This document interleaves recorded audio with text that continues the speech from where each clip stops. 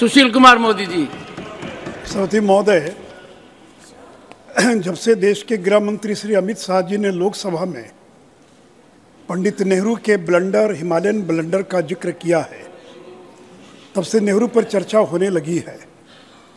अमित शाह जी ने दो बात कही कि युद्ध विराम का फैसला ये पंडित नेहरू ने लिया, और दूसरी बात उन्होंने ये कही कि यूनाइटेड नेशन सिक्योरिटी काउंसिल में जाने का जो फैसला था वो पंडित नेहरू का था।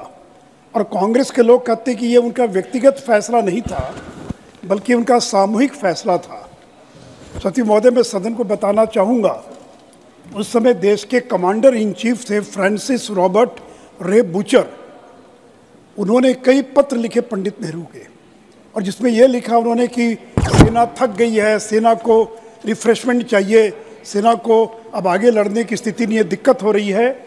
तो पंडित नेहरू ने रॉबर्ट रे बूचर के सुझाव पर और युद्ध विराम का फैसला किया।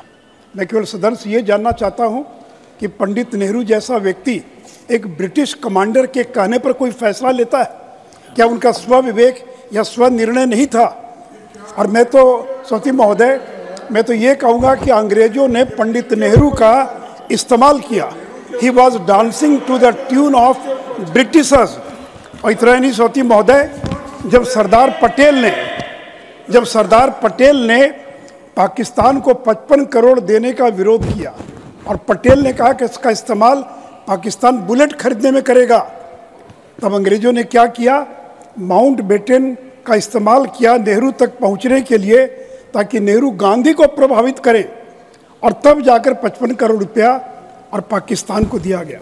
सती महोदय, 27 दिसंबर 1947 को गांधी यूनाइटेड नेशंस में जाने के विरोध में थे। उन्होंने कहा कि पाकिस्तान और इंडिया दोनों बैठकर मामले को सुलझा लें, मध्यस्थता की कोई जरूरत नहीं है। और तब सरदार पटेल ने कहा कि security council has become in security council. और सती महोदय, डॉक्टर अंबेडकर ने कश्मीर को विशेष दर्जा देने का विरोध किया था, और जब अंबेडकर ड्राफ्टिंग के लिए तैयार नहीं हुए, तब पंडित नेहरू ने महाराजा हरि सिंह के मंत्री गोपाल स्वामी अयंगार को 370 आर्टिकल के ड्राफ्टिंग का जिम्मा दिया। पटेल ने जब ऑब्जेक्शन किया, सती महोदय, और पंडित नेहरू विदेश में थे, और जब कांग्रेस वर्किंग कमेटी के सामने 370 का प्रस्ताव रखा गया, तो मौलाना आज़ाद और स्वयं गोपाल स्वामी अयंगार, दो लोगों को छोड़कर पूरी वर्किंग कमेटी ने इस प्रस्ताव का विरोध किया। तो कहते हैं, और ऑन रिकॉर्ड आप कहेंगे तो मैं ऑथेंटिकेट करने के लिए तैयार हूँ, नेहरू बाहर थे, पटेल से उन्होंने कहा कि कांग्रेस वर्किंग कमेटी को कन्विंस करने की जिम्मेवारी आपकी है। पटेल दुविधा में थे, वो नेहरू से कटुता नहीं चाहते थे। कांग्रेस वर्किंग कमेटी की जब बैठक बुलाई गई तो मेंबर्स ने उसका विरोध किया। तब पटेल ने कहा कि नेहरू की प्रतिष्ठा का प्रश्न है, क्योंकि पंडित नेहरू ने शेख अब्दुल्ला को वचन दिया है स्पेशल कैटेगरी का दर्जा देने के लिए। पटेल इसके दुष्प्रभाव को देखने के लिए सभापति महोदय जीवित नहीं थे, और जब कॉन्स्टिट्यूएंट असेंबली में ये बिल आया तो सीपीआई के हसरत मोहानी, उन्होंने कहा कि यह भेदभाव क्यों, बड़ौदा को क्यों नहीं।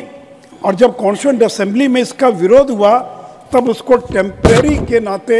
टेम्परेरी के रूप में उसको और शामिल किया गया।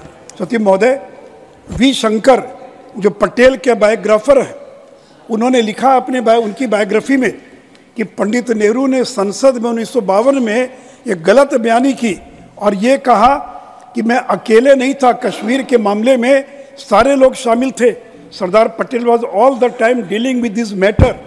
तो वी शंकर ने अपनी पुस्तक में इस बात का उल्लेख किया है। इसलिए सभापति महोदय, जो अमित शाह जी ने जिस बात का जिक्र किया है, मैं समझता हूँ कि इतिहास तथ्यों के साथ उन्होंने इन बातों को रखा है। आज भले कांग्रेस के लोग इसको नकार दें।